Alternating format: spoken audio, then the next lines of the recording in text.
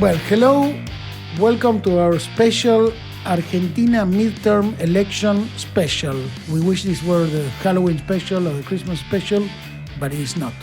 Which is strange to be making a special episode on a midterm election from a beloved, because it is ours, country, but nevertheless a country in Latin America which is neither a military nor economic superpower, but has suddenly become like a beacon of interest for many people around the world.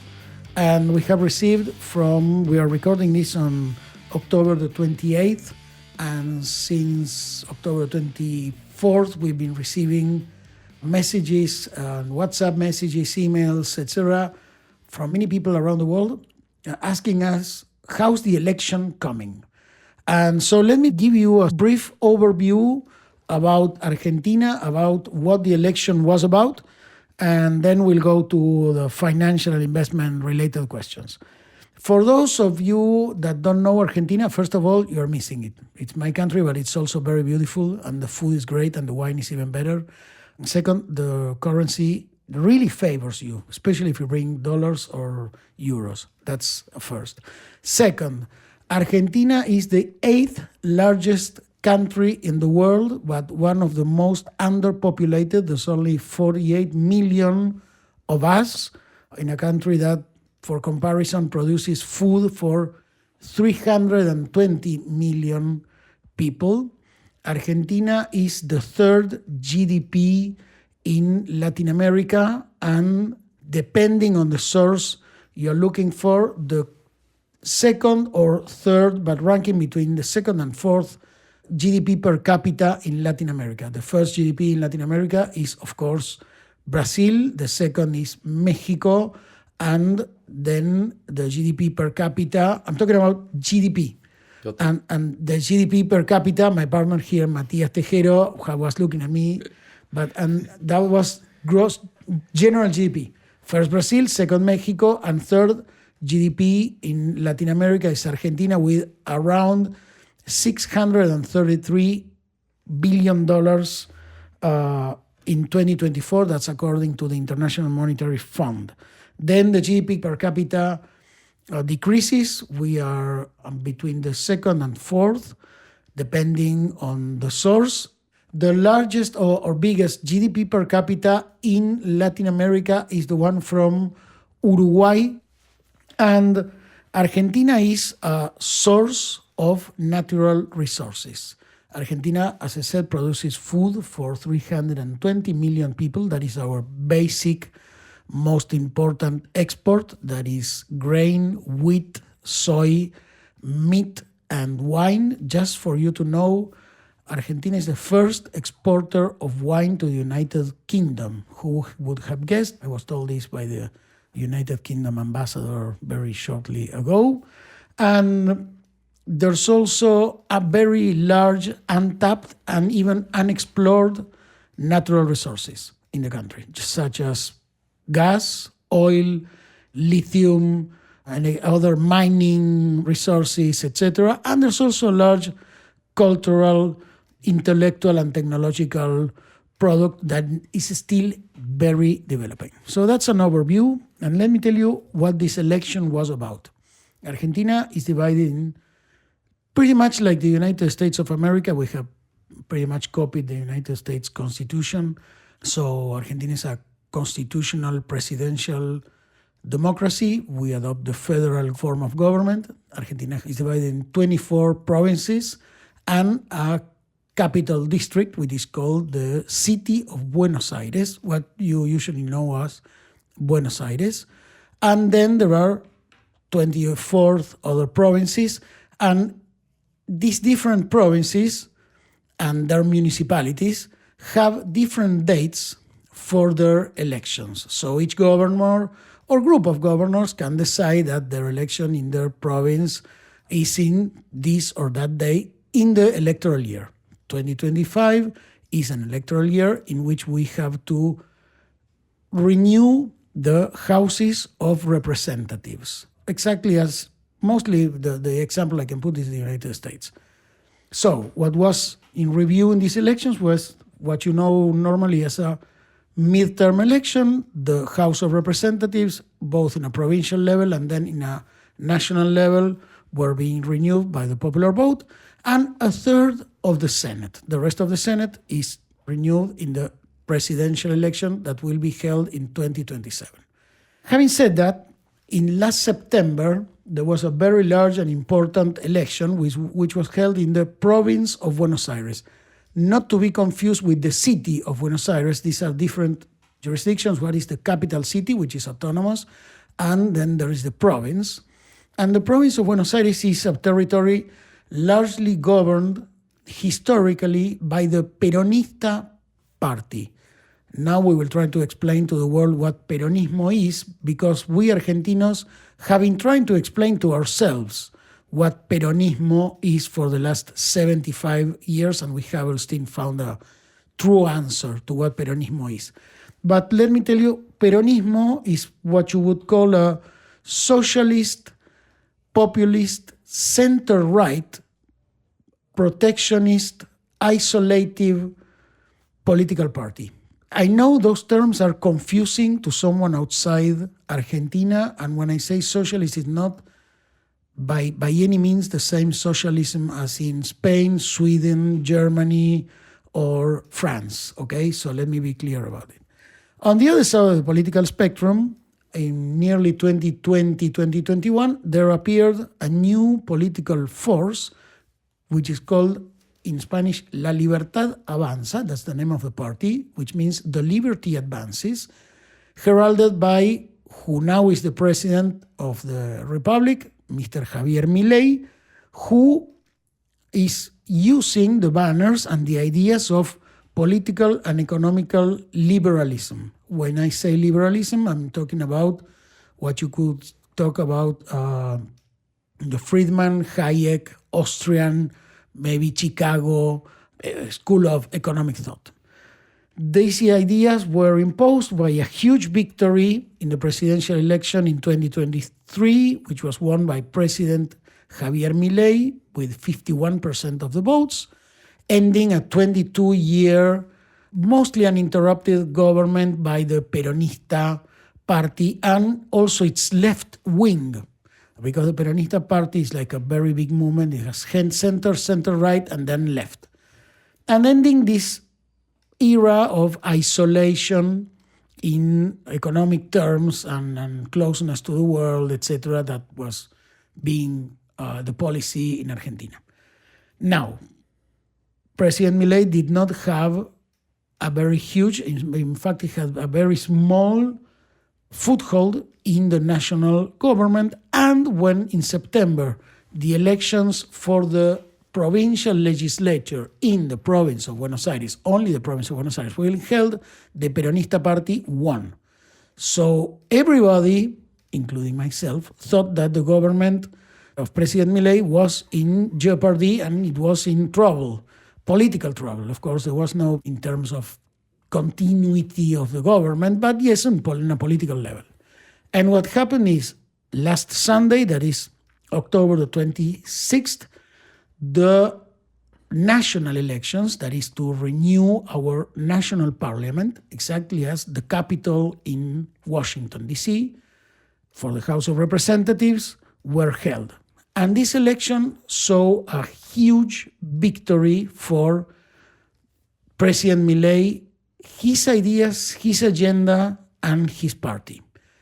He won, the president and his party won by 41% on a nationwide level, but not only that, it gained nearly over 10 points of difference to the Peronista party, and for the first time in nearly 70 years, the Liberal Party of President Milei won by 1%, but that is a huge difference in the province of Buenos Aires.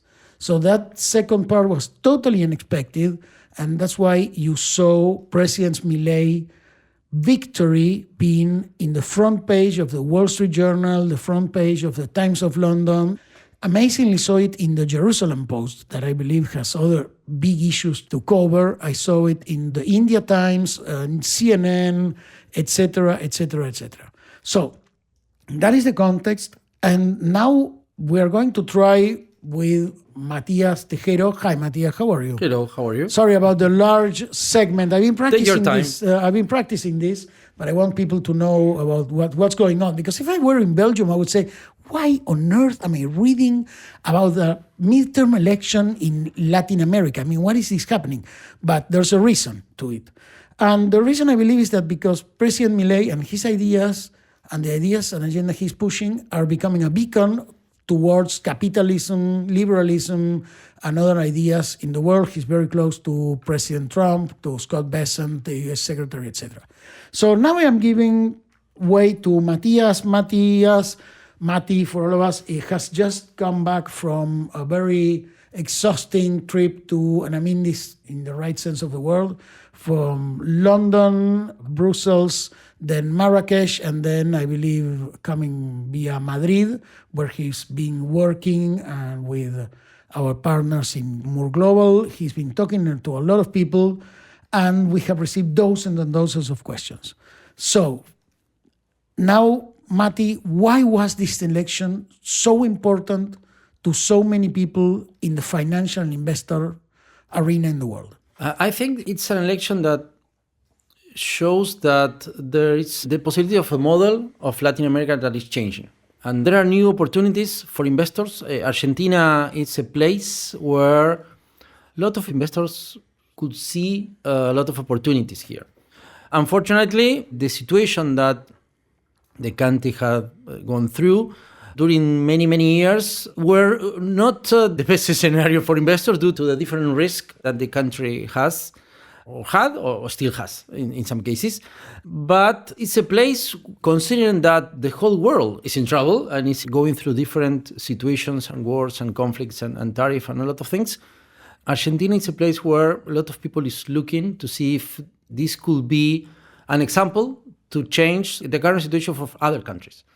And of course, there are a lot of opportunities for investments and things to do here because there are a lot of things still to do and to develop. It's a country in development and with a lot of natural resources and potential, very talented people, a lot of things to do in infrastructure, but it's a place where I think that investors are taking a look on Argentina to see if finally the country stabilize and start growing as everybody supposes this should be happening. No one from outside Argentina understands why Argentina, with having all the resources that has, the talented people, the main capital, which can compete against any other big city in Europe or US, why this country is not able to grow and to keep track on that. And also because the support that Donald Trump introduced just some days ago before the elections also make everybody take a look at Argentina. So why is this guy putting an eye on Argentina and giving a hand to them?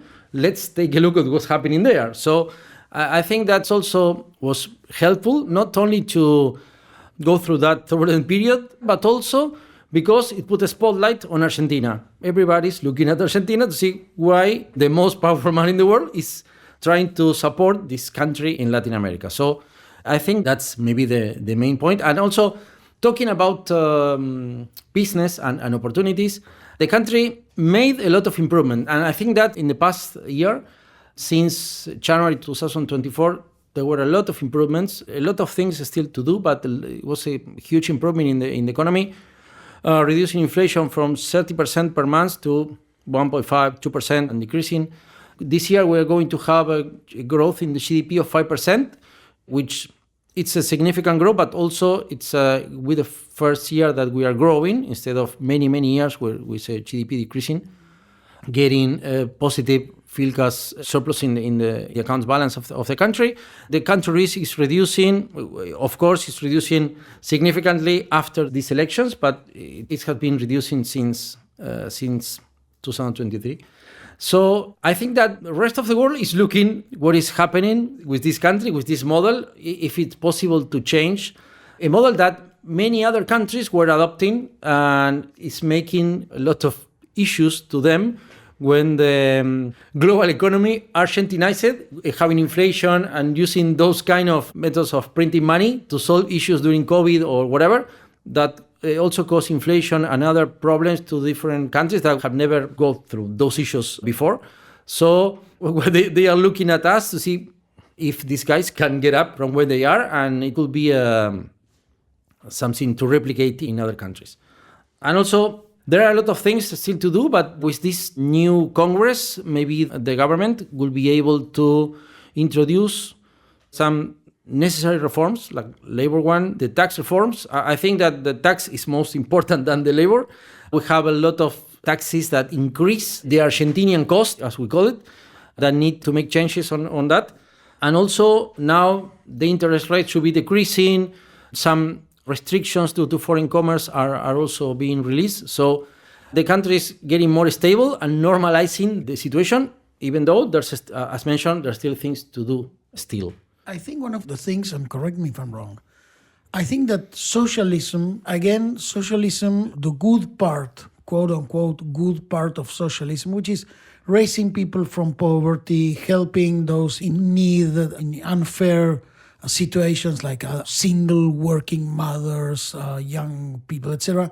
That was a great idea that has been in the last 30 years perhaps perverted or subverted in some way. And then that gave way to an extreme form of capitalism, extremely liberal, that became like this sort of dog-eat-dog economy. That's the feeling I get at some point, that, the gestalt I see. Correct me when I'm wrong. No one is against of that. The problem is the collateral effect on how you do that. Exactly. Because if you are able to do that, but increasing the economy, making the GDP growth with exports, with investment, and you can do that, that's a win-win situation. But if you just try to make everybody happy with the same resources, you run out of resources. That's the problem. If you do your best to increase the GDP, the economy, to leave the reception and start to increase consumption of goods, services, whatever, to get more money to be able to support the people with disadvantages, that's perfect. But if you just try to cover things, printing money or making or not making the economy grow, or taking more taxes to the few people that are winning some money, you're going to run out of resources very soon. I believe there was another, and I see another thing about this socialist thing that was the protectionist state, the government, and the state as a protector, and then this bear hug, and that became a form of corruption, cauldron, and a producer of laziness. What I see is that, to my mind, is two different bands. The one that is lazy, I want somebody somehow give me some money to subsist. And the other band is, okay, I don't need charity, I don't need anybody. I might need some help, I might need some credit. The economy would run some credit, but just give me small credit and I'll do the rest. Let me figure it out and let me work my ass off. And I believe that perhaps, and I don't mean this in a political comment, nevertheless, I support President Milei, but President Milei has become like the shining beacon, an example of that second band. Like, you do it yourself, you are not lazy, you are not useless, just figure it out, work it out, you can do it. And that message is spreading across the world. Am I right? Correct me. I think it's a cultural issue. I think that I don't like to go to the extremes on things. But I think that it's a change on the way that you are trying to develop the economy. But I guess that maybe what is needed still is to make the country to be trustable. As mentioned, define trustable. Sorry. A place where you can have some certainty of the measures, you have some political decisions that are not going to change from one day to another, maybe the big one. And it's difficult for a country that change it going from right to left or whatever in one Monday to the other. So we need stability and rules that do not change suddenly. We need a lot of rules to be changed because they are not helping the economy to grow. But after that, we need some stability in the rules and in some state policies that do not change or vary immediately. And going back to the potential business or investment, I think that currently Argentina is growing a lot in mining, it's growing in oil and gas and the agri sector. but this will take some time to get to the rest of the people to increase their consumption and the capability for that as to leave the recession. So at least in many forecasts, next year and the following will be good because they're going to start increasing the capability of people to consume, to acquire services or goods, and increase the capabilities on that, leaving the recession. That is one of the most pain points that we have, being in recession for many, many years. And mentioning again the potential investments, I think that we have to consider that maybe not all the different sectors today are the best investment to do, but there are some ones that are really, really interesting for foreign investors. If you consider the possibilities, profits, and business development that you can do in Vaca Muerta with oil and gas. Explain to us, if I were someone from Sydney, Australia, or Shanghai in China, what is Vaca Muerta, which translates pretty much as dead cow? Yeah, it's called dead cow, Vaca Muerta, because it's the shape of a cow like on the floor, dead. A very large cow in the Patagonia. Huge, yeah. In but it's one of the most significant resources for unconventional gas. And there will be YPF, the National Oil and Gas Company, made huge development there, helping other private companies to start developments in that area.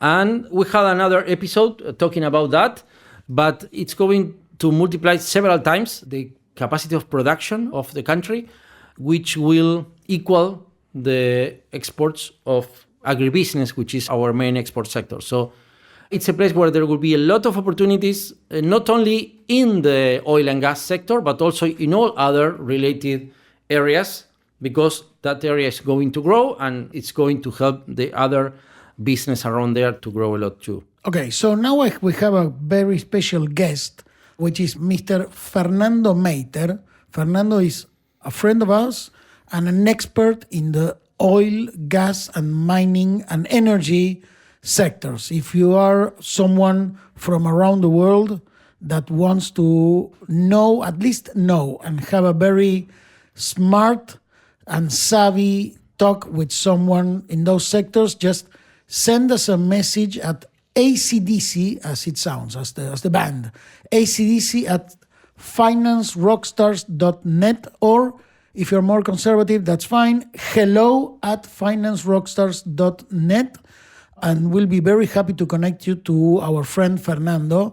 And Fernando has been kind enough to send us a video and a message explaining exactly what he thinks this election means, this new turnaround and this new course for the economic and political course in Argentina means, and what it means for this key underdeveloped, underexploited, undermanned, undermanaged sector, which is oil, gas, mining, energy, and etc. So now I give way to Fernando, and then we'll get back to Matias and our reasoning. Good afternoon for everyone. My name is Fernando Meiter. I'm from Argentina.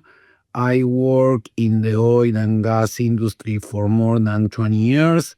I was asked to speak just 3 minutes about the oil and gas industry and the opportunities that are coming after the elections of last Sunday. Well, let me tell you that Argentina's energy sector is at a pilotage stage, characterized by massive potential in unconventional resources and a growing commitment to the energy transition. International capital is increased, looking toward 3 primary areas that promise significant returns over the next decade.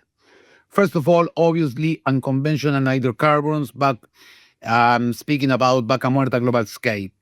The core investment driver remains that Vaca Muerta shale formation is in the Nequén Basin, recognized as one of the world's most promising unconventional reserves.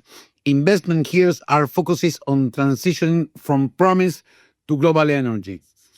Then you have crude oil, or as we name here in Argentina, shale oil, and the need of export infrastructure. The immediate focus is on crude oil.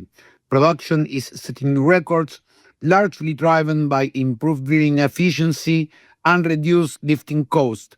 The critical bottleneck as you would think, and thus the major investment opportunity lies on a mainstream infrastructure. Pipeline expansion, a significant investment is needed for a new trunk lines and pumping stations to handle growing output. The proposed Vaca Muerta Sur oil pipeline, we call here BIMOS, is a key project designed to open new export routes via the Atlantic coast, allowing the country to utilize larger tankers and access premium international markets. The conventionals, that's research. There is also renewed interest in mature conventional oil and gas areas in provinces like Santa Cruz, as some major players travel their not core assets still, opening doors for smaller, specialized firms to boost production through optimized recovery techniques. If we speak about natural gas, as we speak here, like shale gas, and also the industrialization, Vaca Muerta holds the world's second largest unconventional gas reserves. The opportunity of not just its extraction, but in maximizing its long-term value. If we speak about LNG, does it mean liquefied natural gas? The most capital-intensive opportunity is the development of a large-scale LNG export terminal. This facility, requiring billions in investment, would process the gas and load it into ships, transforming Argentina into a reliable global LNG supplier. This strategic move requires long-term regulatory stability to secure finance, as you know. And also there is an opportunity of petrochemical hub. Sophisticated investment play is in the downstream petrochemical sector. By creating industrial hubs adjacent to the gas fields, investors can transform methane and ethane into high-value products like fertilizers, urea, methanol, and plastic. This strategy, often linked to the Norwegian model, aims to capture greater export revenue by selling manufactured goods, not just raw materials. Another important thing is the action of accelerating the energy transition. Argentina's diverse geography, from windy Patagonia to sun-drenched northern deserts, makes it ideal for large-scale renewable projects. First, we have to talk about renewable power generation. Investment in utility-scale wind and solar projects is strong, often bypassing the national grid, CAMESA, to directly supply large industrial users seeking to meet their own sustainability targets. Hybrid solutions. A key trend is the development of hybrid parks combined with wind and solar to smooth out intermittent generation, providing a more stable energy profile and optimizing grid connections. The need for this project is supported by the national goal increase the share of renewables in the energy mix. Also, we need a transmission upgrade. To truly integrate new renewable capacity, significant capital is required to reinforce and expand the national high-voltage transmission grid, as we call here the SADI, SIDI. This remains a bottleneck, but also a vital area for public-private partnership investments. At last, energy storage and critical minerals. Battery energy storage systems, BESS, the implementation of large-scale BESS is a critical area, especially for regulation, frequency, and managing peak demand in main metropolitan areas like Buenos Aires. These projects improve grid reliability and are a natural complement to increasing renewable generation. Another project that we have that is very, very important is the lithium value chain. Within the global lithium triangle, the focus is shifting from simple extracting lithium carbonate to local processing and manufacturing. Opportunities are emerging for investors willing to fund pilot projects and plans for producing battery-grade materials and potentially locally self-assembly. At least, the RIGI framework. The regime of incentive to large investment, as we call here, like RIGI, is the cornerstone of the government's strategy.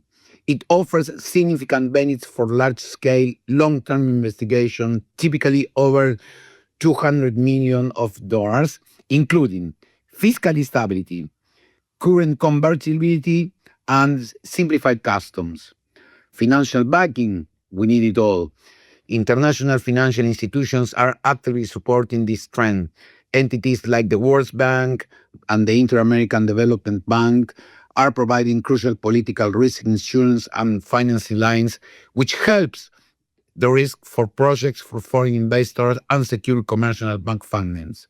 In summary, investment opportunities in Argentina, energy sectors, are immense and multifaceted, ranging from the fundamental developing of Vaca Muerta to the cutting-edge implementation of renewable, hybrid, and storage. Success hinge on the sustainability, stability of the new RIGI framework on the execution of critical infrastructure. Well, my friends, it was 8 minutes. I'm sorry, but there are lots of items that I would like to speak about with you. Thank you very much. At your disposition. So basically what Fernando is saying is what happens also he says it for the energy and etc. Sector, but this is happening also in the technological area, in the marketing and media area. This is happening in agriculture, etc. We have the resources, but large, extensive, but are untapped, unexploited, and undermanaged resources. What we are lacking, what Argentina is lacking, is Fernando said it properly and very cardinally, is the infrastructure. And by infrastructure, I mean also the know-how, the technology, even the manpower. I mean, I give classes in a university that specializes in engineering, top of the world, among the 5 more important engineering universities in the world. And I am being told Argentina needs 170 petroleum, or what you would call oil engineers in the next 20 years, and there's almost no way we can produce them. We don't have the technology developed. We don't have the pipelines. We don't have the management. We haven't had access to the best universities because of the currency difference, etc. So what we are lacking is all that, and I don't mean also infrastructure doesn't mean bolts only, doesn't mean metal. What I mean is a lot of know-how, management, and not only money, smart money. So, Mati, if I were an investor, again, and you just explained all of this to me, what should I be looking for? Where should I put my money, or at least a part of my money? What should I be looking after? What should I be careful about? What should I be excited about? Just talk to me as if I were an investor. I think that the point that described, that the lack of infrastructure, it's an issue, it's a challenge, but it's a huge opportunity. Because when we are talking about Vaca Muerta or Dead Cow, or talking about shale gas, or we're talking about mining or the lithium triangle and a lot of potential investments, also in renewable energies or agribusiness, whatever, first came to your mind could be, oh, these are really interesting investment but need a huge amount of money to get in, which in fact is true, but also there are a lot of minor opportunities of investment in different sectors that provide services or technology or can support the different needs to develop the infrastructure in the different areas. So there are many things to do. So I think that's a huge opportunity, as you mentioned, not only for big investors that could use. Also, we have a tax incentive regime called RIGI for investments over 200 million and with other capabilities, other 1,000. But there are a lot of opportunities for other minor investors. And I think that the one wise idea for those kind of investors is that they can have the knowledge because maybe they are doing this kind of business in other countries like US, Australia, Europe, Asia, and they could have the cash flows to support those kind of investments. Here, they can have the capability, they know the business, so they could find very significant profits and in a short term in those kind of investments, because in their local areas, it's highly probable that there is no place with this potential capability of development in the following years, like in Vaca Muerta, or in case of the mining sector in Argentina, or renewable energies, because we have sun, we have wind, we have a lot of natural resources for energy that needs a lot of investment to develop. But for those kind of investors that could have the know-how, the capital, and their vision and their focus on this area, and considering that there are a lot of opportunities because this is growing and it's growing fast, I think that where they should be putting their eyes on to develop those opportunities. If I were to invest, the first question I would ask you as my financial advisor, my gateway to Argentina is the following. Will I now be able to take my money back whenever I want to? Because in the last 22 years, it was very easy to enter the money, but not to take it out of the country. What's going on now?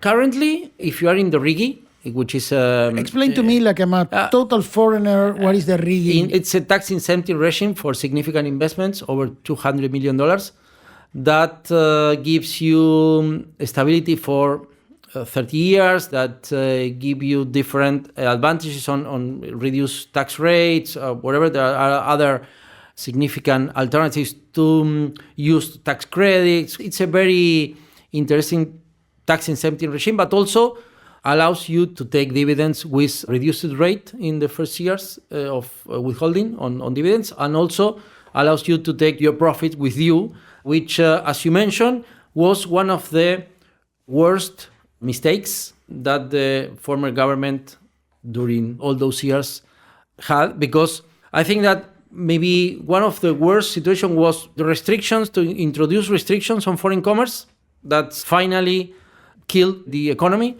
Not allowing companies or people to get their dividends, their profits on their investment was nonsense, because no one invests if you cannot get the profits. It's basic, it's mathematics.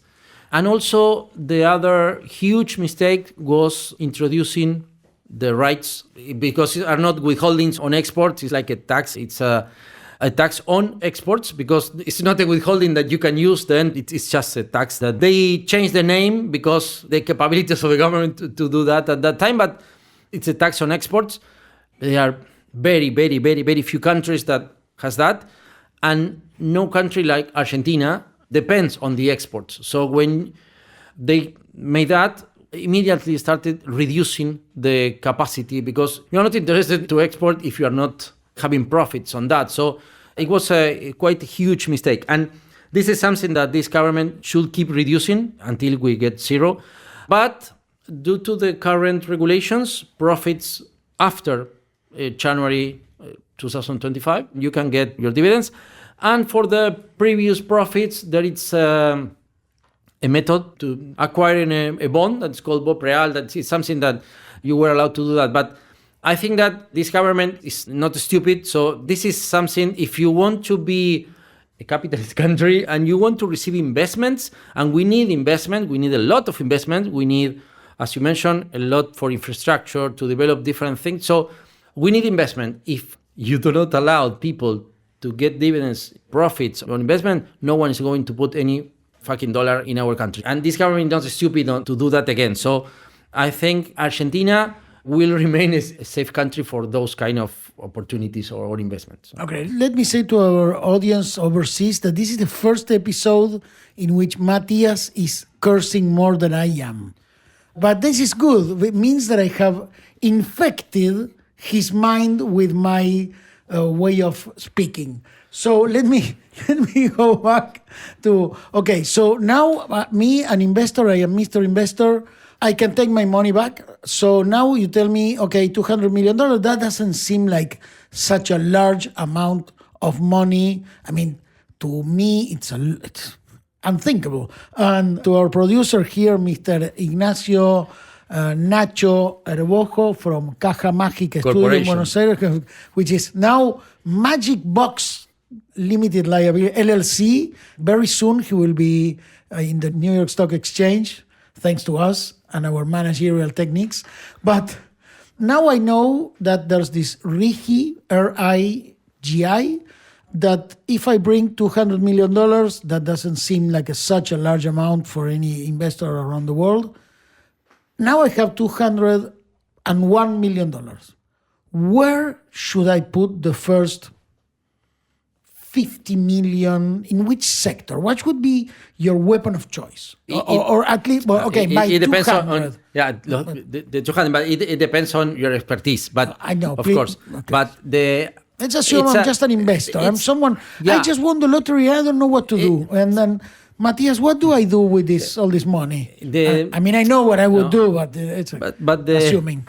Certainly the main sectors with low risk, because they are growing and there are a lot of capabilities, are the ones that we have already mentioned. If you're going to invest in oil and gas, if you're going to invest in mining, if you are going to invest in agribusiness, if you're going to invest in different renewable energy for renewable resources, certainly you are going to win money, because those sectors are definitely going to grow in a rate that will be over the average, by sure. And besides that, there are many other alternatives and opportunities in technology, in different technology for those sectors.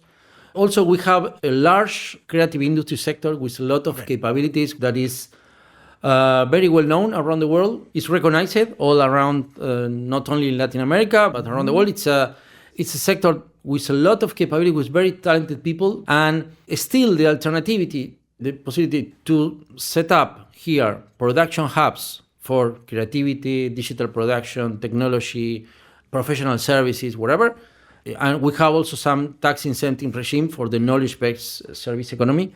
It's also our sectors that are going to grow, and investment for sure will be very profitable. Okay, and then which are sectors that you think might be also of high profitability, but with higher risk?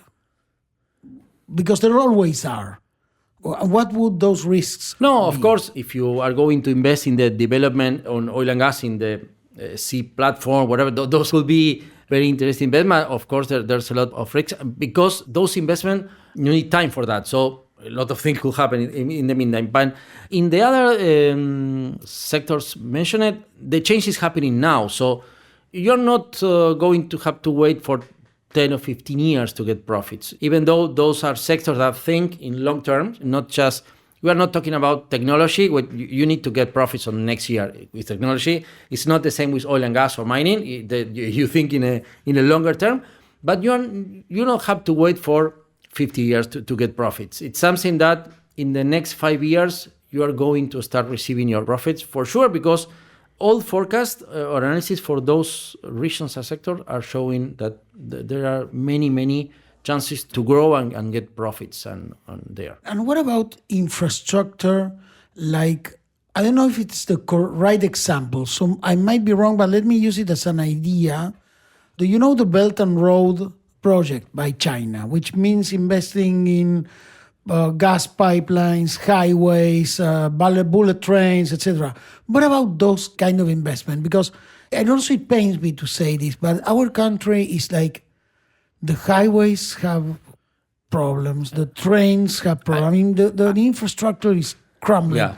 It's crumbling mostly all over the world. But what about those kind of initiatives? I don't mean only China. That could be private capital, private equity, whatever. What do you think about that? I think that there are many opportunities there. As you mentioned, we have a lack of infrastructure, so a lot of things to do. But for those kind of investments that are not related just to one area, because are large and will go through different provinces, I think it's very important that the discussions and the agreements for the development of the infrastructure and the country that the national government will need to do with the different provinces to agree on some main issues or main topics. So with that in place, it will be a safer place to do those kind of investment, because if the private companies need to discuss everything separately, it will be more difficult. So we need for that national agreement between the government and the different provinces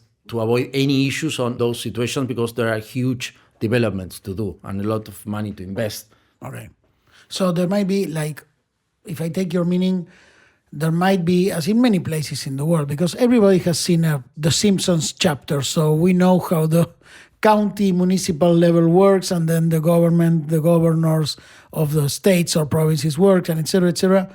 You mean that there's still differences between what the national government is going and thinking and trying to take the country, and what some municipalities and provincial governments are going. So there might be dissonances there, right? If I take your meaning correctly. Yeah, of course. Okay, and now let me do at least this is the last question I got, and we can cover whatever is left. But you've been in the Moore Global Leaders Summit in Marrakesh, Morocco, right? And what was the talk there? Not only about Argentina, because it was prior to the election, what were investors and advisors talking about? What are the subjects, the risks, the opportunities? Mainly the discussions were around the tariff.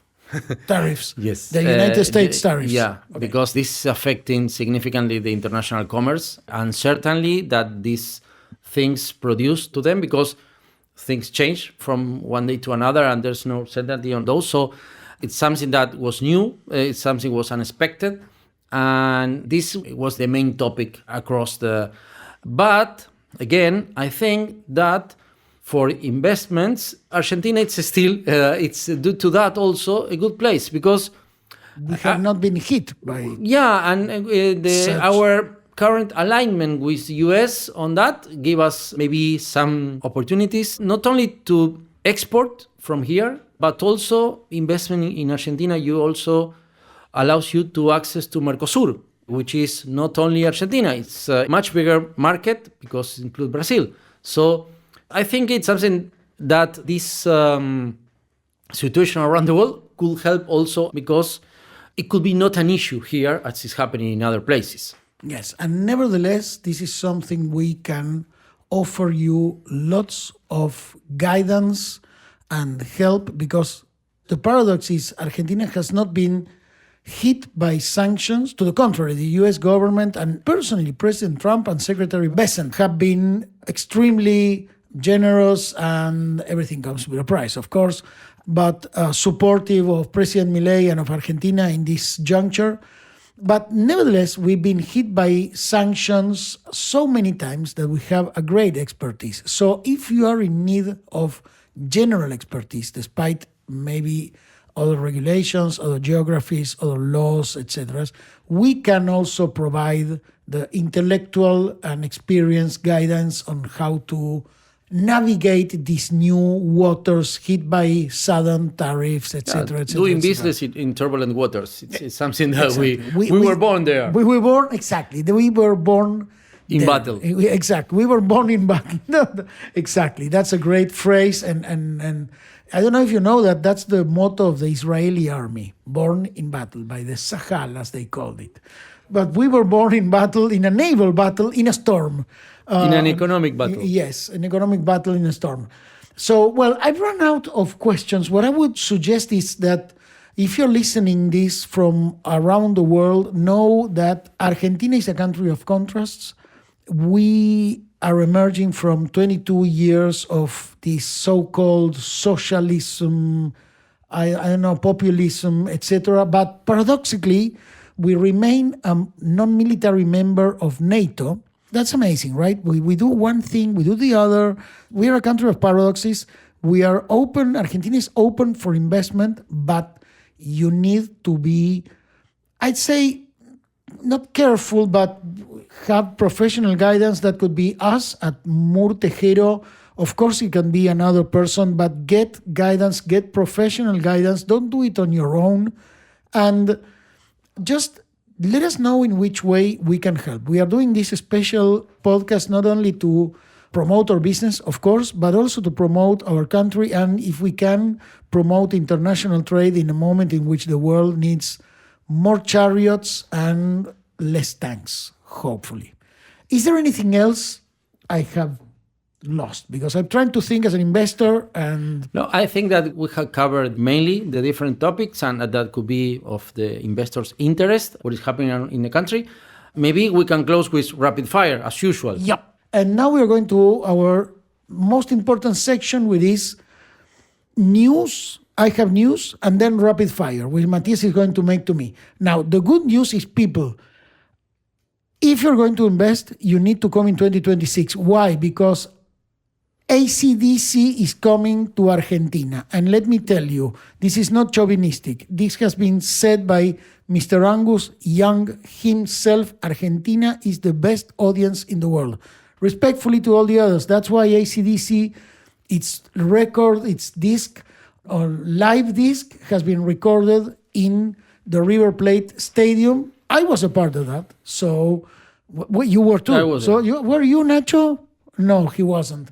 Okay, so Matias and I have actually technically recorded with ACDC. Yeah, exactly. We have recorded with ACDC. Making the chorus. Yes, I was making the chorus with another 60,000 people, but I was there.